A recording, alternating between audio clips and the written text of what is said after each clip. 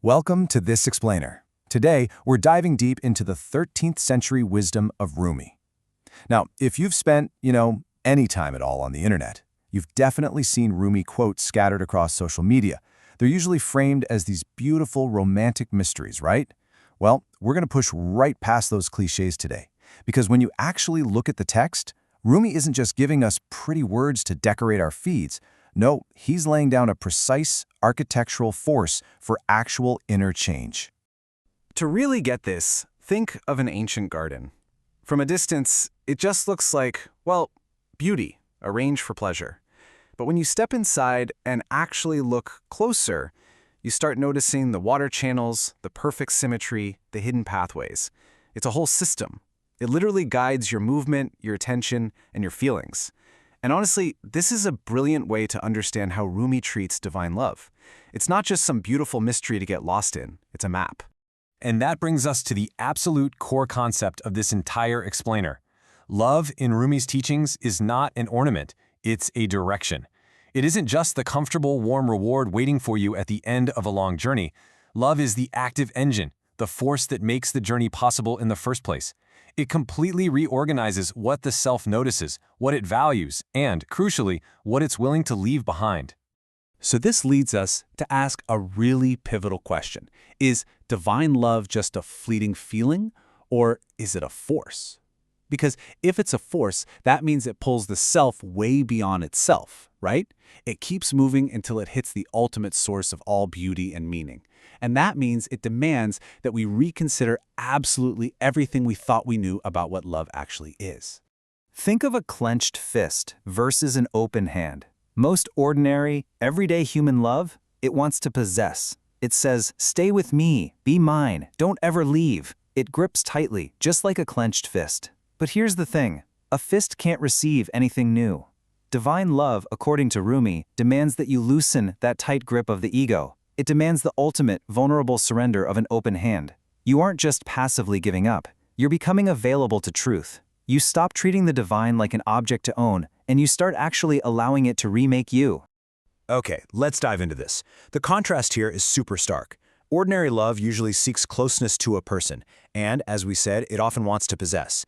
It depends so heavily on your mood, focusing on satisfaction, and centering entirely around the ego's desires. Divine love, on the other hand, seeks nearness to the divine itself. It learns to completely surrender. Instead of a fleeting mood, it acts like a deep, steady force, and its main focus? Pure transformation, purifying and entirely redirecting your desire. To really grasp how this acts as a deep force, think about gravity. You don't literally see gravity, right? But you absolutely see what it does.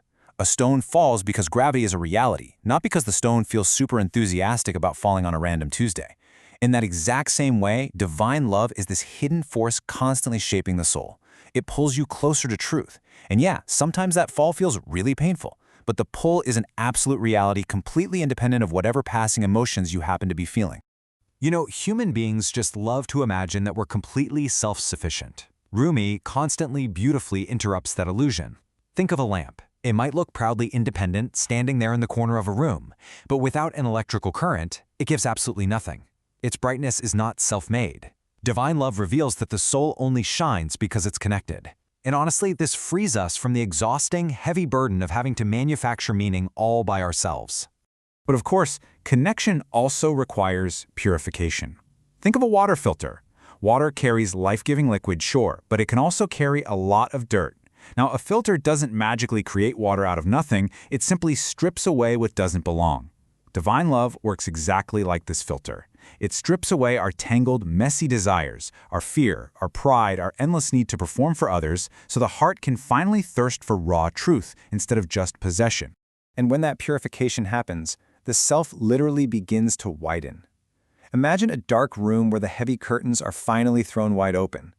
The room itself hasn't changed its structure, but man, the light changes absolutely everything you can see inside it. The self is most truly itself when it's no longer trapped inside itself. Love is the light that illuminates our true identity. Section 1. How love transforms us. Now we're going to transition into the actual mechanics of Rumi's philosophy and look at exactly how love kneads the clay of the soul.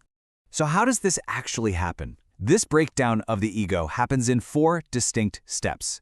First, love exposes what's false, shining a bright light on our comfortable habits and our pride. Second, it weakens our absolute claim to control. You see, the ego desperately wants certainty, but love demands yielding. Third, it turns our pain into deep meaning. And fourth, it refines desire. Now notice what's really happening here. The self isn't being erased or destroyed. It's just being decentered. A smaller self isn't weaker. It's actually just much more truthful.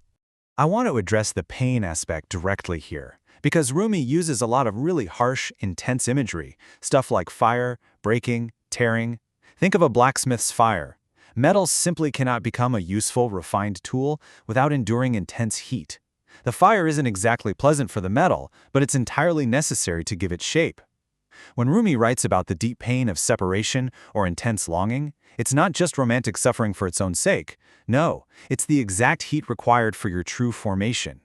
And the beautiful result of all that heat is a total shift in what we actually want. Rumi isn't trying to just kill our longings or turn us into cold, emotionless statues. Instead, he points out, a crude desire says, I want comfort, I want recognition, I want possession. A refined desire says, I want truth, I want nearness, and I want union with what is actually real. He is actively purifying our desires and raising their aim. He's literally teaching our longing where to go. And as your desire refines, the hidden architecture of your whole life shifts. Let's look at this. First, your attention changes. What you actually notice day to day matters differently. Your memory changes. Your past isn't just a trophy on a shelf or a wound you constantly pick at anymore. Your identity changes. You stop living so defensively. And finally, your action changes. It's kind of like adjusting the foundation of a house. The walls and doors might look exactly the same from the outside, but the entire structure sits differently on the earth. Divine love is that brand new grounding. Because without that solid grounding, we're completely divided. The divided ego has to constantly protect itself, perform for others, and pretend. It's honestly exhausting. But the transformed soul, it's beautifully open, totally receptive, and fully surrendered. It requires way less illusion and accepts so much more truth. Ultimately, love doesn't make the self empty, it makes the self truer. Section 2. Reading and living truth. Now we shift to the integration phase, bringing this 13th century wisdom right to our modern doorsteps. So, the crucial point is, how do we actually integrate this, especially today when we are just so often caught up chasing status, seeking approval, and endlessly managing our public image? Well, we start to see that love is movement. Divine love is about surrender, not possession. Transformation is the actual proof that love is at work in you. And pain, it's not always a failure. Sometimes it's just the pressure revealing the truth. When Rumi sounds severe, he's just being faithful to the reality of change. It's the precise, necessary surgery of truth, not just dramatic despair. Once you fully grasp this system, your entire identity shifts. You become what we might call a true Rumi reader. Instead of just admiring a poem because it sounds pretty, you start actively asking, what is the heart actually being pulled toward here? What cozy illusion is being ruthlessly exposed? You completely stop treating his poetry as nice decoration, and you start using it as profound insight. And that insight quickly turns into a mirror. These are piercing questions straight from the text that directly challenge our ordinary, everyday social pride. I want you to ask yourself right now, what are you really attached to? What do you secretly fear losing? And honestly, what would remain of you if all the applause, all the external validation just totally disappeared tomorrow? I want to leave you with this final, truly provocative thought from the text. The soul becomes itself by letting go of what it falsely believed itself to be. This entire journey of divine love, it isn't about adding more accomplishments or shiny labels to your ego. It's about stripping away all the false layers until you finally uncover the truth that was sitting there all along. So, what false belief about yourself is divine love asking you to let go of today? Thank you so much for joining us for this explainer.